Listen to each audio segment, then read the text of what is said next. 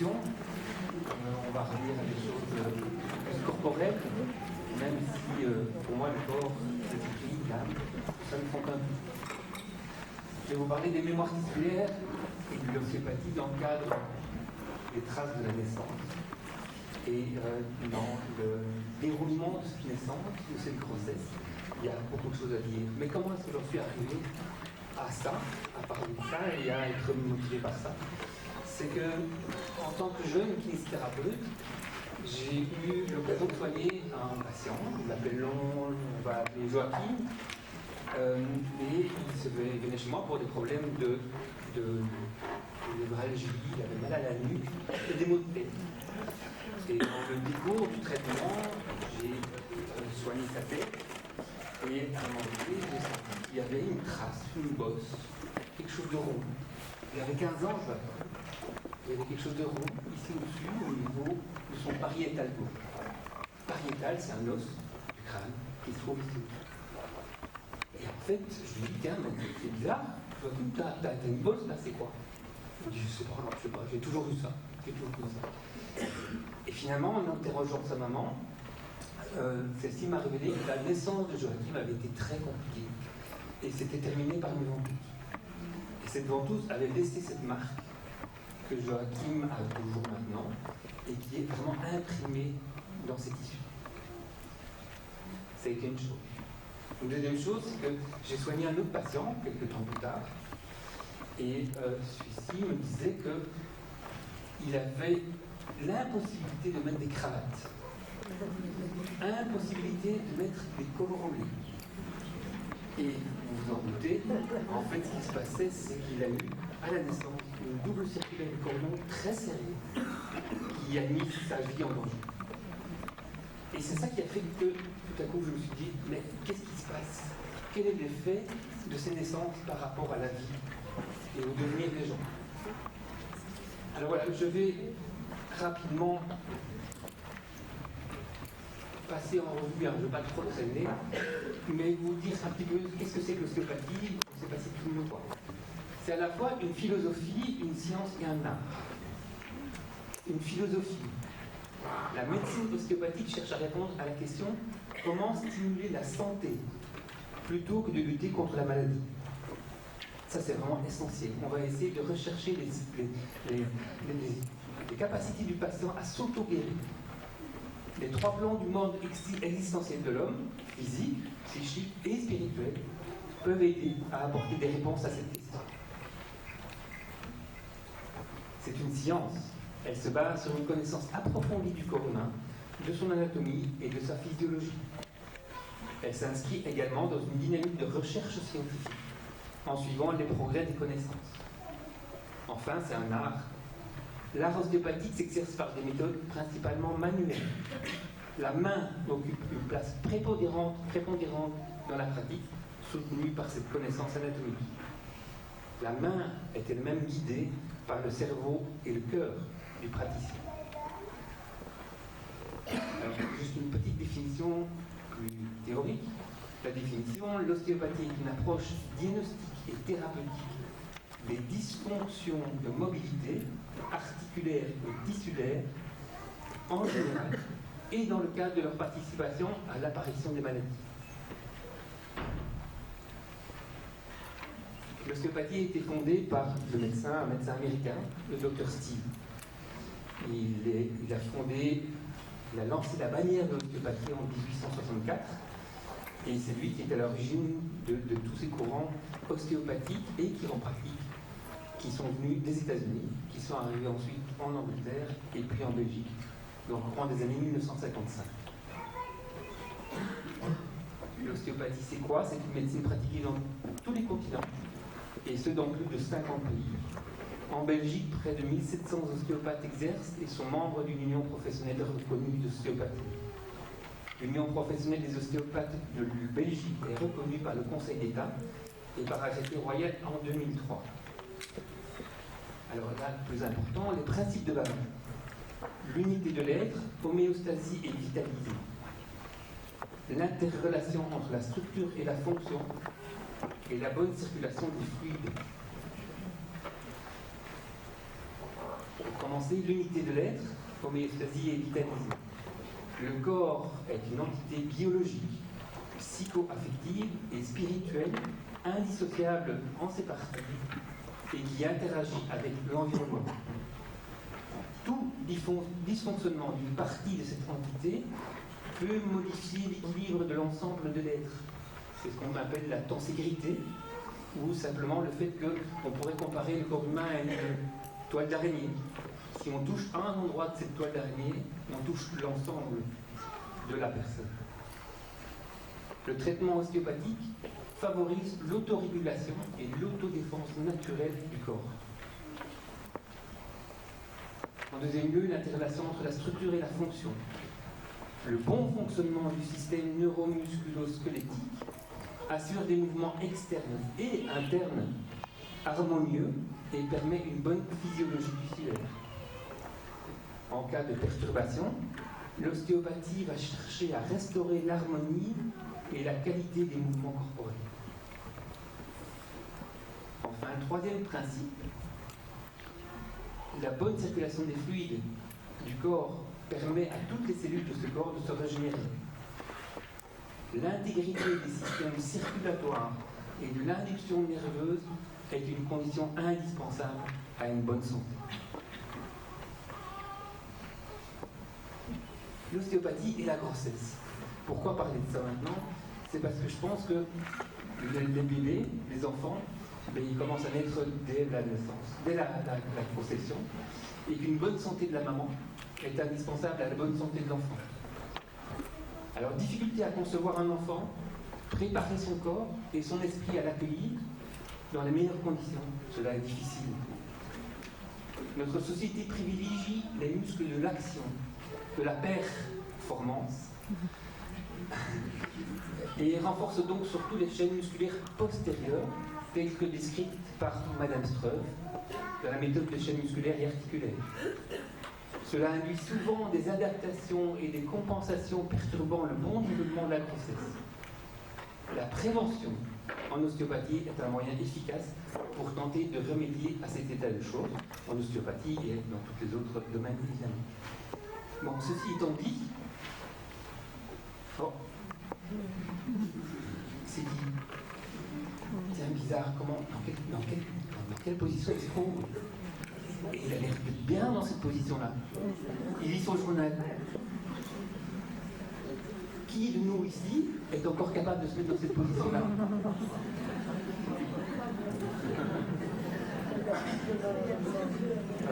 Ça va être un peu la même, environ 80% des autres qui ne savent plus se mettre dans cette position-là. Pourtant, tous, enfants, on a pu se mettre dans cette position-là. Alors, où est le problème?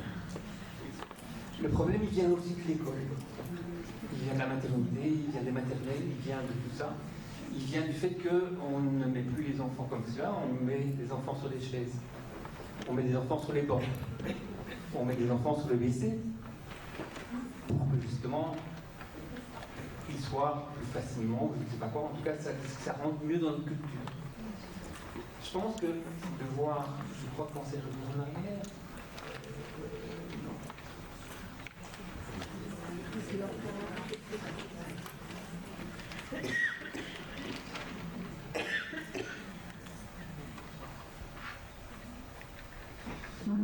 Qu'est-ce que ça vous inspire, cette position-là? En fait, cette position-là, tout le monde le met dans le monde entier, hein, partout, dans tous les continents. Tout le monde se met dans cette position-là. Dans nos sociétés évoluées, entre guillemets évoluées, on ne se met plus dans cette position-là. Or, c'est une position qui est une position de repos du corps humain. C'est une position dans laquelle beaucoup de femmes accouchent. C'est une position qui permet, lors de la naissance, de profiter du troisième facteur dont on va parler, qui est la gravité. C'est une position où, pas tout à fait dans cette position-là, mais la femme peut être soutenue à droite et à gauche par un branchard, mais aussi par des amis, des voisines, des sages-femmes, et peut vraiment diriger son accouchement parce qu'elle est libre. C'est beaucoup mieux évidemment que la position gynécologique classique, ou de l'accouchement classique, où la femme est sur son dos, ce qui bloque complètement le sacrum. Il y a aussi une notion culturelle aussi. Qu'est-ce que vous pensez si jamais je me mets dans une file au magasin ou en attendant le bus, si je me mets comme ça? Je vous assure qu'il y a pas mal de gens qui nous regardent quand même, qui demandent mais celui-là, qu'est-ce qu'il a celui-là? Tiens, on dirait qu'il fait caca. Tiens, ben oui, évidemment, ben oui, c'est comme ça qu'on fait caca, c'est comme ça qu'on va avoir besoin. Mais quelque part, cette position nous rapproche un peu de notre animalité dont parlait le docteur tout à l'heure. Et cette animalité, on n'aime pas trop. Depuis certains moments, on a vraiment fait une dissociation entre moi, mammifère humain, mais mammifère quand même. Et cette vision de l'animal que je ne suis plus, que je ne veux plus être. Et donc, je pense qu'à ce niveau-là, il y a quand même beaucoup de choses à faire partout où on puisse se dire, essayons de conserver pour les enfants cette position-là. Et dans beaucoup de moments, et dans l'avenir de la santé de cette personne, on peut déjà dire merci. Parce que garder cette position-là permet justement de garder une meilleure santé.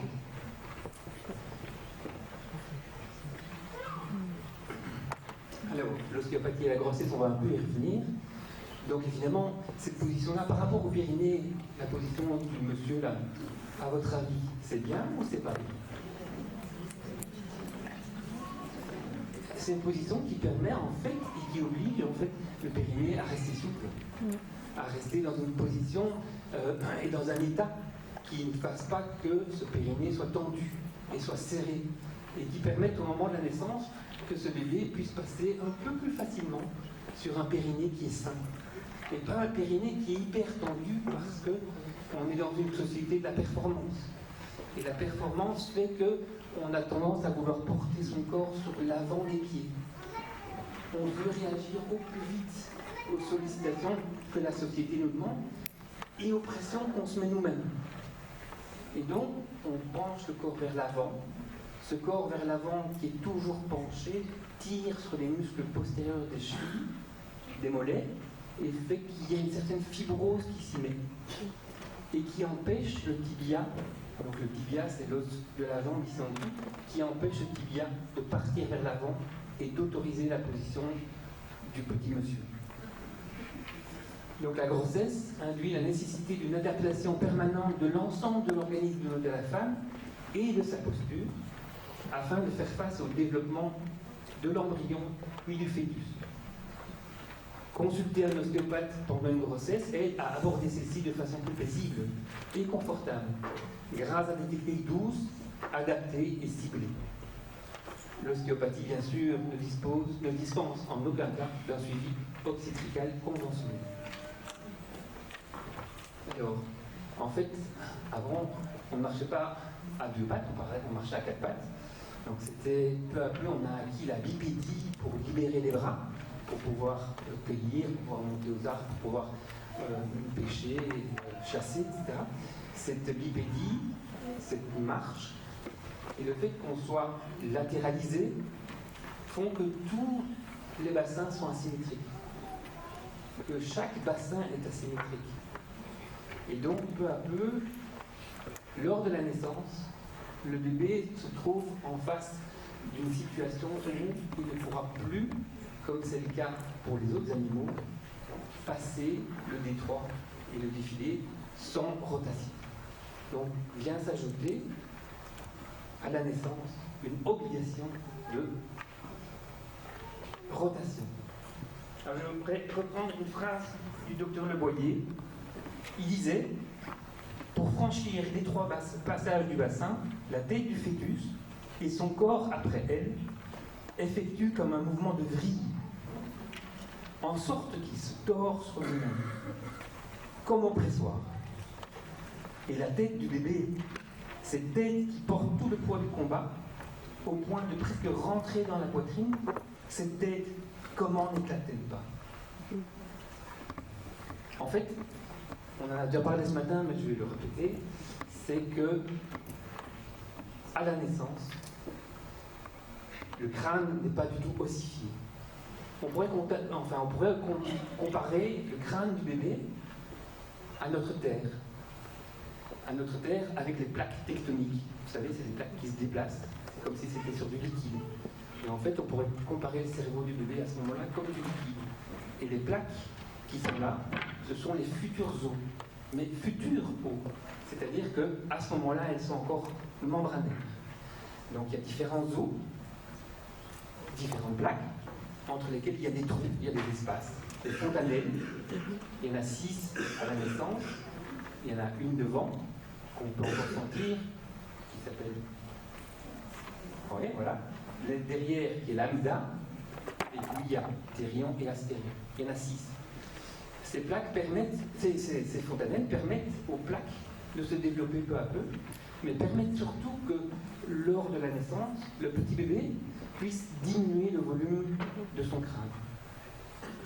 En fait, la naissance de l'être humain est confrontée à un gros problème, c'est que du fait de la lipédie, le bassin est devenu plus vertical, mais plus serré. Et d'un autre côté, le développement du cerveau de l'enfant humain est vraiment énorme. Et la tête du bébé est vraiment très grande. La nature a dû s'adapter et a fait en sorte que l'accouchement se passe alors que le bébé n'est vraiment pas encore mature. Et c'est pour cette raison que l'enfant met autant de temps à devenir adulte, une de ces raisons. Donc l'enfant se présente et il doit toujours essayer de présenter la plus petite, le plus petit volume de son cerveau, de son crâne, par rapport au plus grand des trois de la maman. Et donc, il part dans cette vrille dont parlait le docteur Le Boyer, et cette vrille fait que ces plaques se chevauchent et peuvent rester chevauchées par après la naissance. Ces plaques se chevauchent, le sang, le liquide céphalorachidien qui est dans le crâne a tendance à refluer vers les autres parties du corps. Et au moment de la délivrance, au moment de la libération, au moment où l'enfant sort la tête, il y a tout à coup une libération. Cette libération entraîne que ces plaques se remettent dans un bon sens. Il y a le premier cri, il y a le fait que le liquide qui avait été chassé lors du passage rentre précipitamment au niveau du crâne et tout se déploie. Tout se déploie en suivant des membranes qui sont à l'intérieur du crâne, qui s'appellent les méninges, qu'on appelle la dure mère, qu'on appelle la peau du cerveau. C'est toutes des membranes qui sont dans le crâne et qui permettent à ce petit crâne de se redéployer correctement. Ça, c'est quand tout va bien. Quand il y a une césarienne, vous pensez bien, mais il n'y a pas tout ce phénomène de pression, de ce resserrage de ce crâne. Et donc, tout ce petit passage-là, qui permet à l'enfant de bien démarrer dans la vie, eh ben, il faut le redonner. Et c'est pour ça que c'est intéressant quand même d'aller voir un ostéopathe quand il y a une césarienne, même si l'enfant va très bien.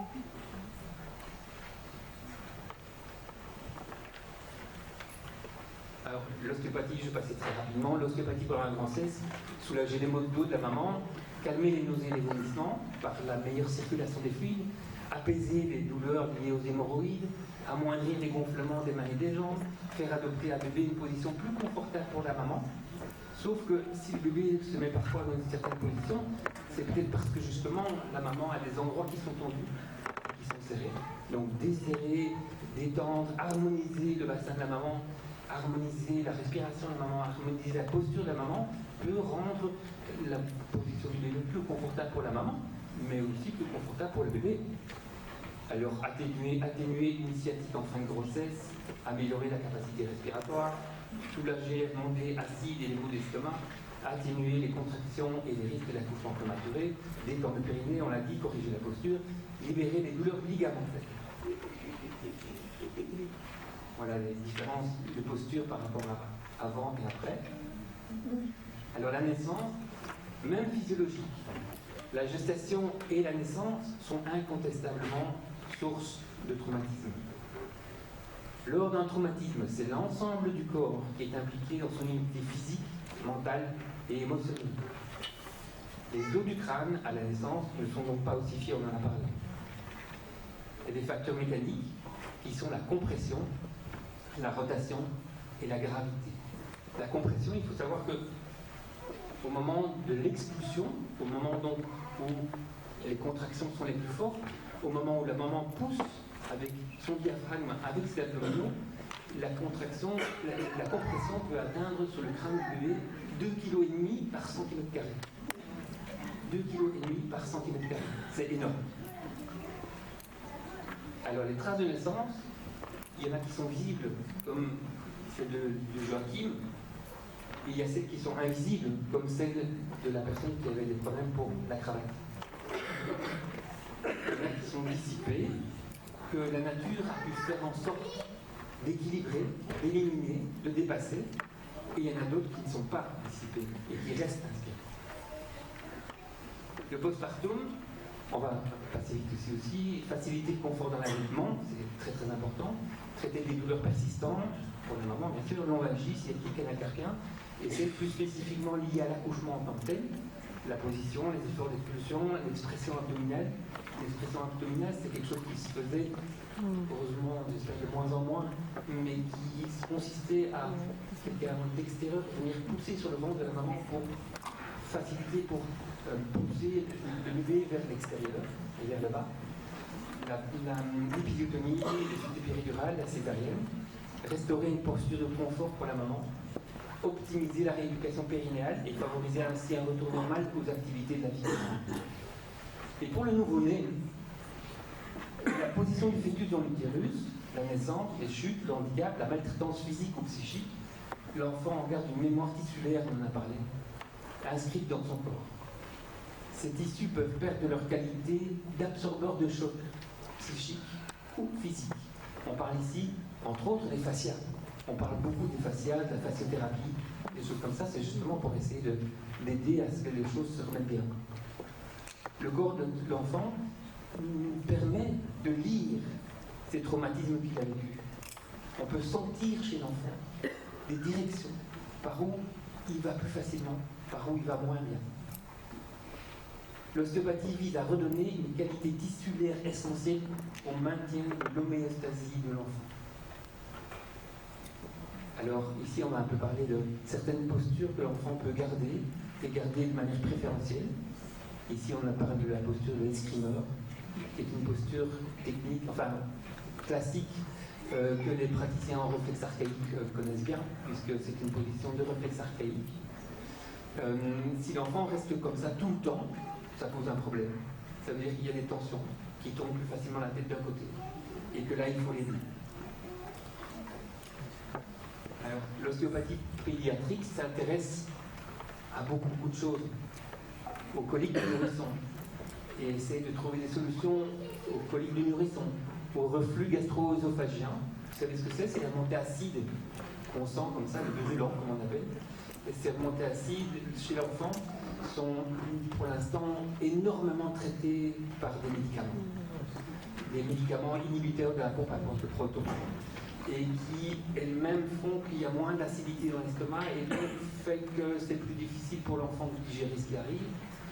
Et donc voilà, avec l'ostéopathie, on peut essayer de travailler ces reflux, ces problèmes-là, en travaillant justement l'homéostasie et le fait qu'il soit libéré de ces tensions. Les torticolis, congénitaux ou non, les otites, les circulaires du cordon, l'extension et le stress. Je parlais là tout à l'heure qu'on se mettait vers l'avant, qu'on était poussé vers l'avant quand il y avait trop de stress, de pression. Pour le bébé, c'est la même chose.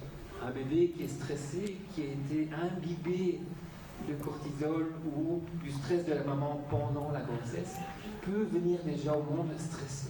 Et le stress, je ne sais pas si vous voyez ce que c'est, mais en général, sur nous, au niveau corporel, le stress, c'est je serre les dents, je serre la mâchoire, je crispe les poings, je crispe les épaules. Le bébé, si à la naissance il arrive stressé, il fait la même chose. Et un bébé qui doit ouvrir grand la bouche pour téter, qui doit faire le vide, qui doit faire ça, et qui en même temps est stressé, c'est un peu compliqué. Donc aider les bébés à se déstresser, à essayer de détendre tout ça, c'est vraiment quelque chose d'important. Difficulté d'aller à sec ou aux flatulences, c'est la même chose. Si le bébé il se met en extension, il est creusé, essayez une fois d'aller à sec comme ça, bonne chance. Donc l'aider à essayer de retrouver une position qui soit une position plus favorable, on en verra après, c'est vraiment une bonne chose. Pour éliminer le sel, mais les flatulences aussi, hein, les gaz. Alors c'est aussi un suivi du développement neurologique, psychomoteur évidemment.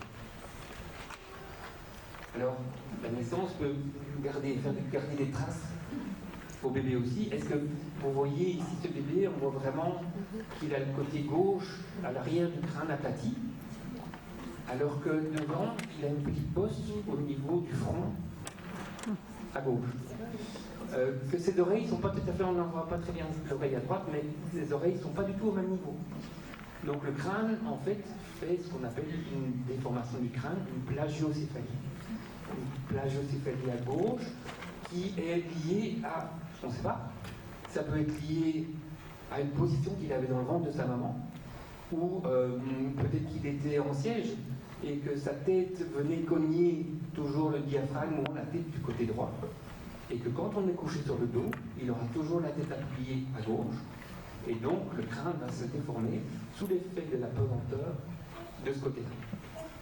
Donc ça, c'est les choses qu'on va travailler. En ostéopathie, on travaille ça en essayant de sentir où sont les densités dans ce crâne, où sont les endroits qui sont serrés dans ce crâne. Et on va aller voir s'il n'y a pas des plaques qui sont un petit peu collées l'une par rapport aux autres, ces plaques membranaires qu'on peut essayer de dégager.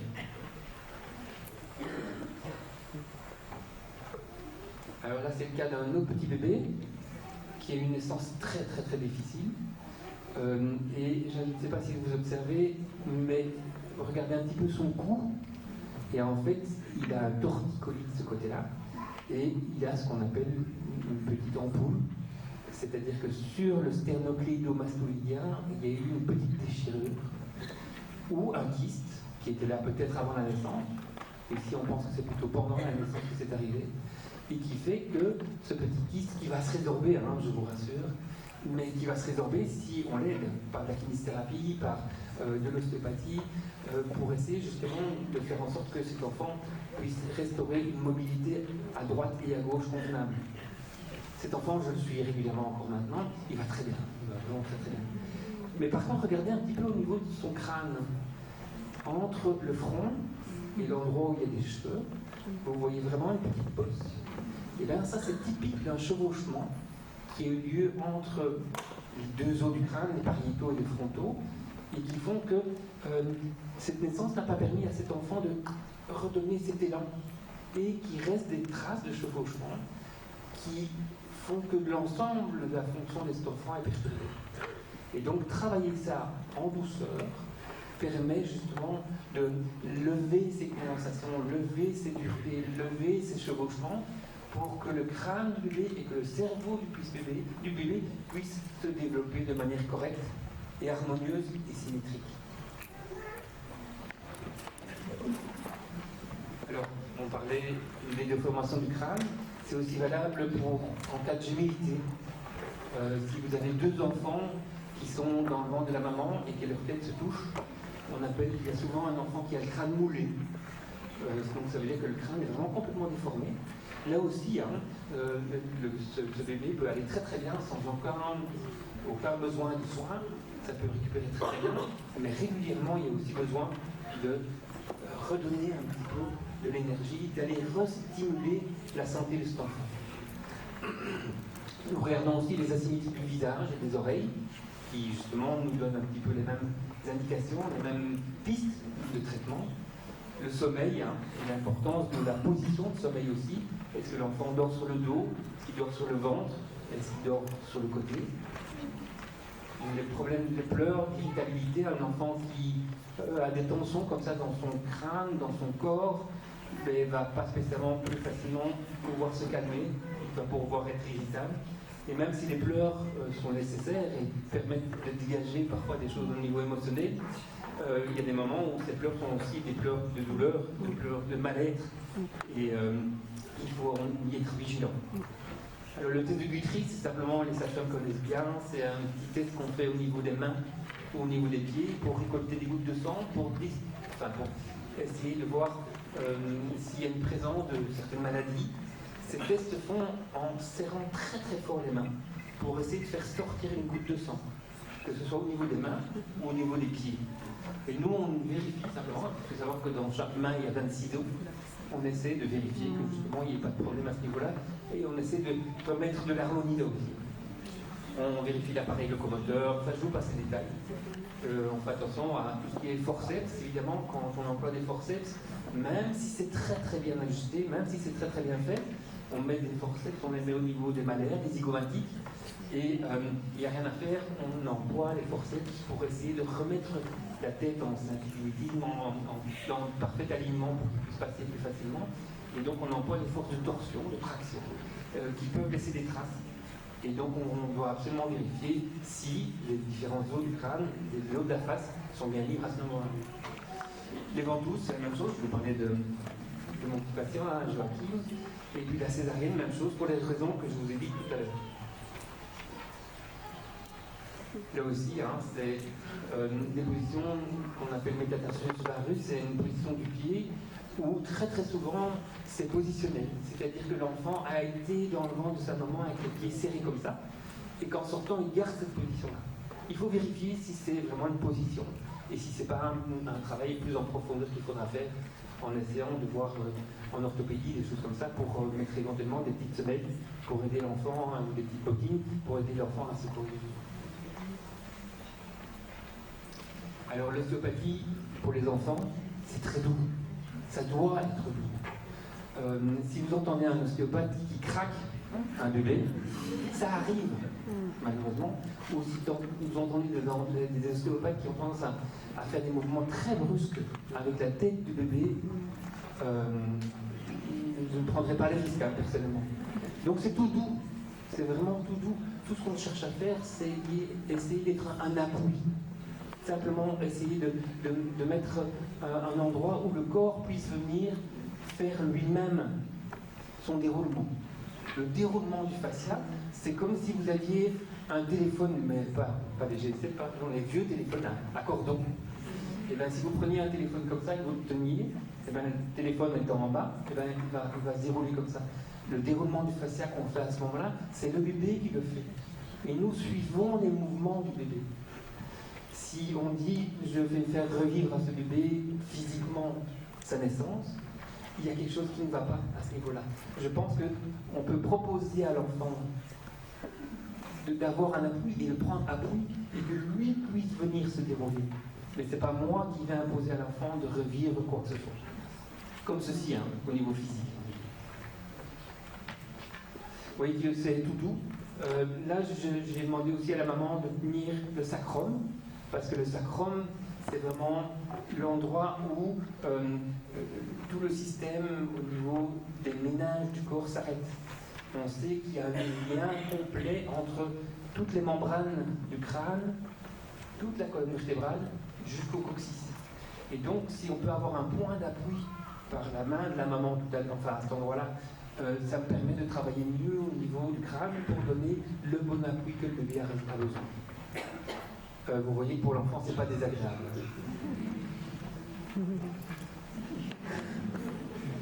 Alors, la respiration.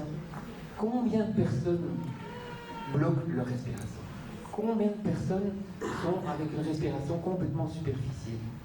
Combien de personnes ne soupirent pas? Moi, je suis pour l'éloge du soupir.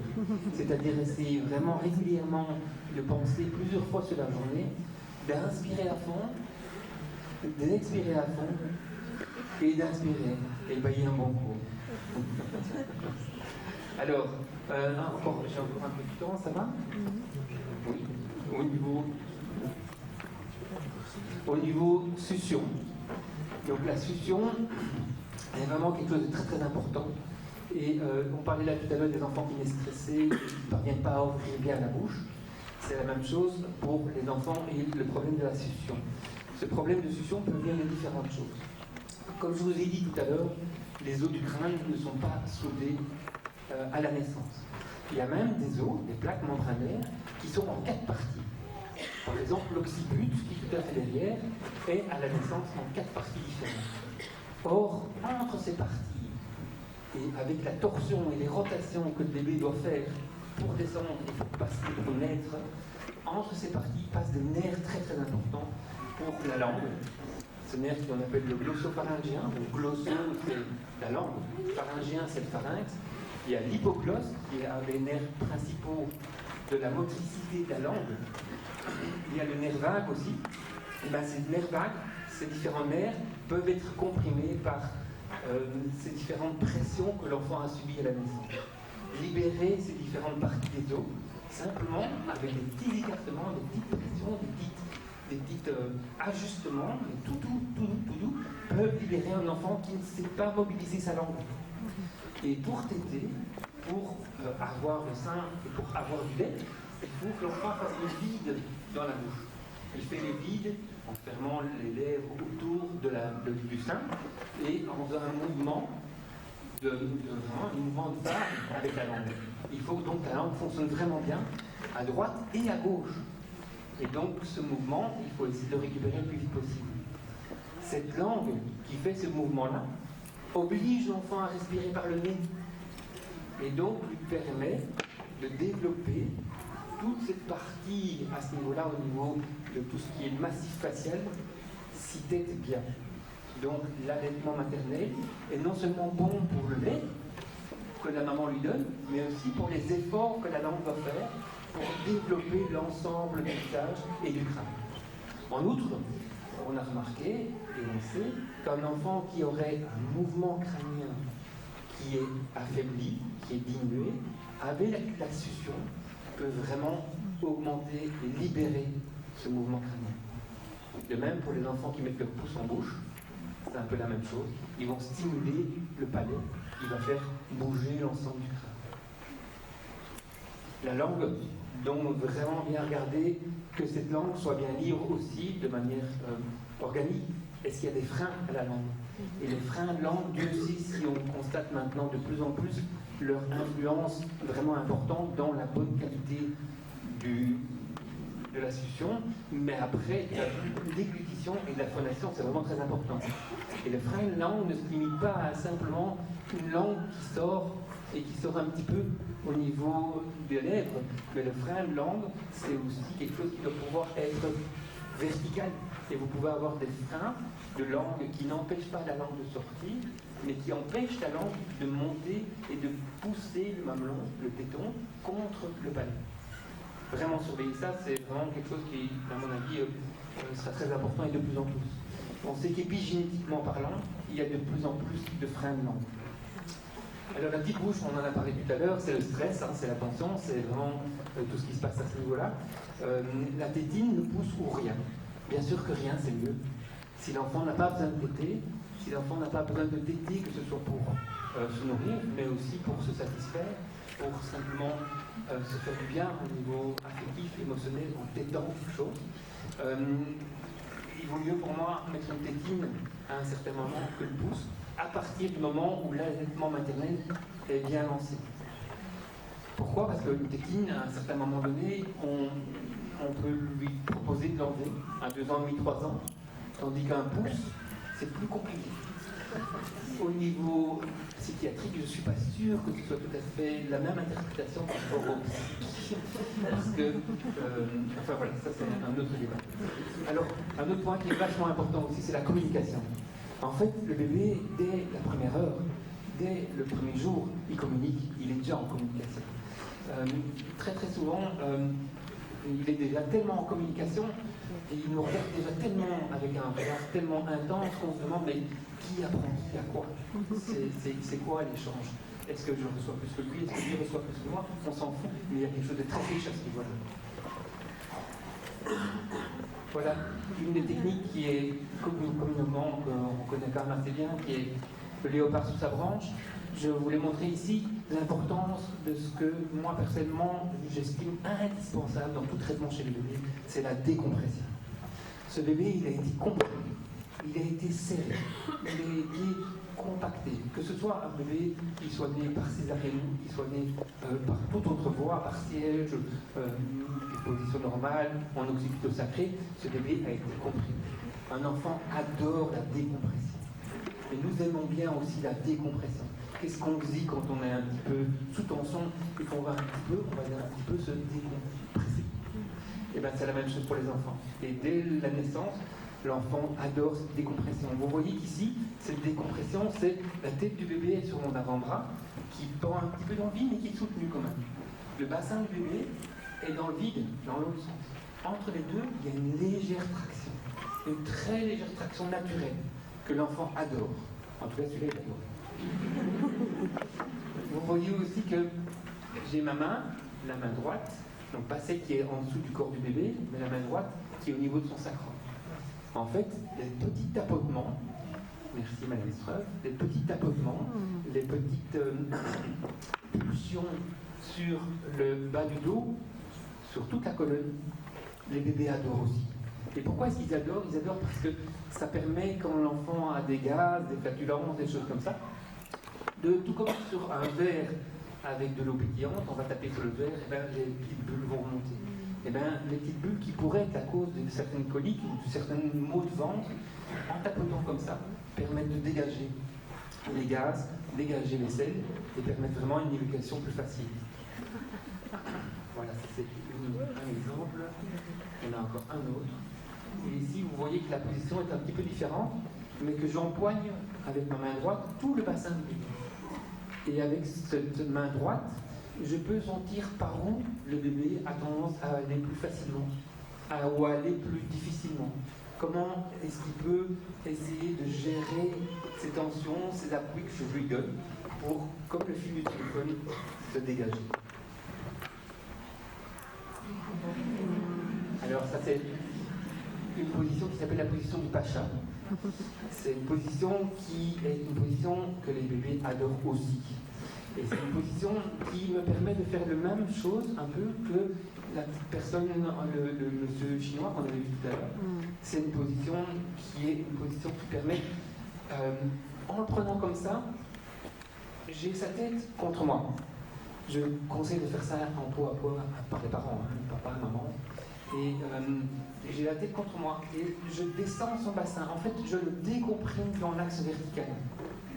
En le décomprimant dans l'axe vertical, ce qui lui fait du bien, je peux mobiliser tout son bassin, son thorax, ses jambes, pour sentir la même chose, ce déroulement, cette vrille que l'enfant peut faire pour essayer de dégager ses tensions. De plus, on parlait là tout à l'heure du chant. Le chant, c'est la maman, c'est le papa. Si je chante comme ça, si je parle comme ça, si je bouge, si je marche, je vais faire une vibration au niveau du dos du bébé. Le dos du bébé, c'est vraiment l'endroit aussi où il a subi le maximum de tension, de pression. Et cette vibration, cette chaleur en peau à peau, eh ben, va faire en sorte que l'enfant se détende. Et il n'y a pas eu beaucoup d'enfants que je connais qui ne se sont jamais détendus dans cette position-là. Une chose importante aussi, c'est que si je fais et si je mets l'enfant dans cette position-là, en étant moi-même tendu, ça ne marchera pas. Ça ne marchera pas. Donc il faut que je pense à moi. Tout à l'heure, on a parlé de nous, de se ressourcer, de se faire bien, de se mettre dans son axe, de se centrer. C'est indispensable pour pouvoir faire en sorte que le bébé en profite. Dernier petit point par rapport à cette position-là, c'est une position où l'enfant il a tendance à regarder devant lui et je peux me balader et aller vers la fenêtre et faire en sorte que lui-même puisse tourner sa tête à droite et à gauche de manière active. Et donc, si je me mets devant un miroir qui regarde devant, moi je me tourne pour qu'il tourne la tête à droite. Je me tourne dans l'autre sens pour qu'il tourne la tête à gauche. Pour essayer justement que lui-même se dégage de toutes ces tensions. Alors, pour terminer, je dois corriger des formulaires là en haut, mais il existe 2 dispensaires sociaux pour enfants. À Ixelles, à la Fouquénique, ou à Otigny, j'ai des formulaires que je mettrai sur la table de la panne de l'autre côté. Si vous cherchez un ostéopathe, il y a un site qui s'appelle l'ostéopathie.be où vous êtes trouver quelqu'un de compétent. Je voudrais encore un petit peu dire en conclusion, le mouvement c'est la vie et que ce mouvement c'est vraiment quelque chose d'indispensable. J'ai encore 2 minutes, non? Est-ce que vous connaissez ceci? C'est indispensable.